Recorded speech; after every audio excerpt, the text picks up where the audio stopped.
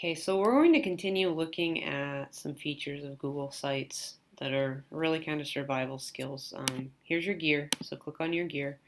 You want to go down to Manage Site.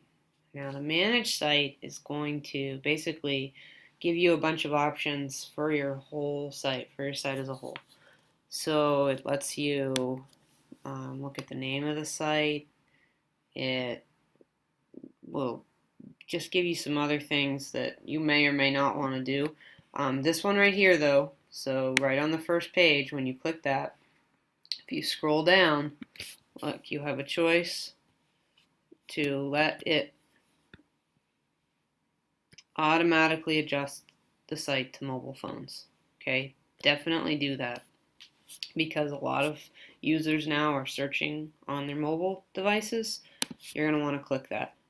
Okay, now you've got some other choices here about access settings, users who can access the site activity, okay, anyone who can view it, or collaborators only. At this point, it's just you doing it. So if you want to add collaborators, you can certainly do that from another spot. But you can see the recent site activity. Whoops. Stay on page. We want to make sure we save, so that's a good lesson. So make sure you come back to the top and save. And again, a lot of things that you've done before are probably at the bottom, but for Google Sites, check at the top if you're not sure how to save something or you're not sure how to find something. It's probably up top, okay? But you can look at the recent site activity. It'll tell you all the stuff you did. Different pages, it'll show you. Different attachments, we don't have any. Okay, but you can upload, let's say, a PDF file or something, and then you'll have attachments.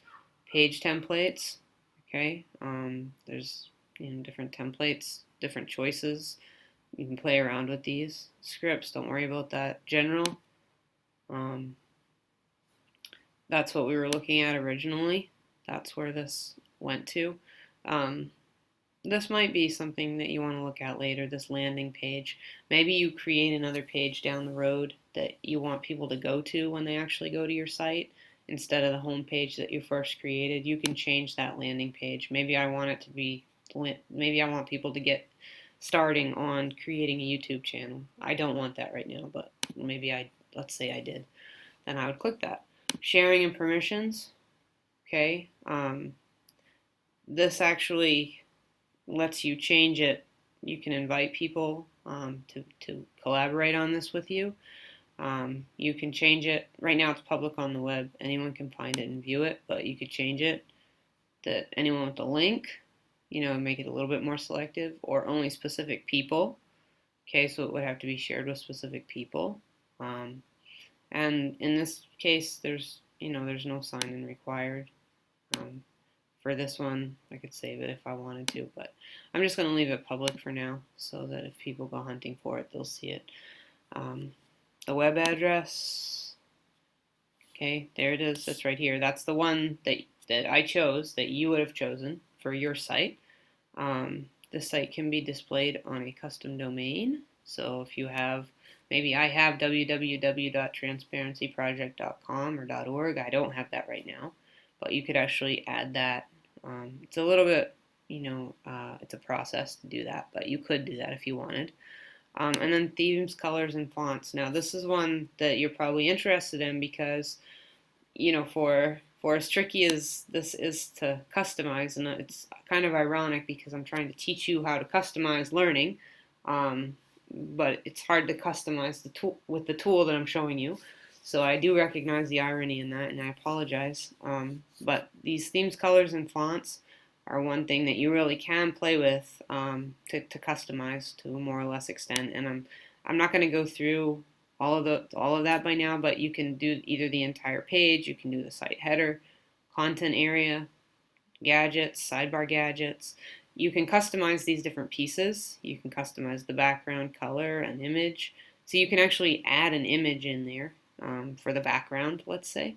You can customize the text if you want to. Okay, so there's lots of choices that you have actually for customization, but they might not be quite what you were what you were hoping for. You can browse more themes. So let's say you want to change the theme that you had. You can do that. You can also, pick a template. All right. So you've got some choices in there when it comes to that. So, and if you want to pick a different theme, this is where you would do that. So maybe I don't want the one I chose. Maybe I want, I don't know, cherry pie or something else instead. So it'll let you preview it, how it looks. Okay, I'm not crazy about that one, but maybe just the treehouse for now. Okay, we'll see. So it changes it, and you can just play around with it a little bit, see what you get for colors, see what you get for fonts, and just know that I think down the road Google is going to work to make the process even smoother. So it's not hard, but there's a lot of details to it and a lot you have to pay attention to, and you just have to give yourself the time to do it because you can make a really great accessible web page using these features. So, and then make sure you save it, or maybe you want to clear it, but make sure you at least save what you're doing so that it's, and look, it says right here, your changes have been saved. Okay, so you have that, and then when you want to get out of it, you just click there.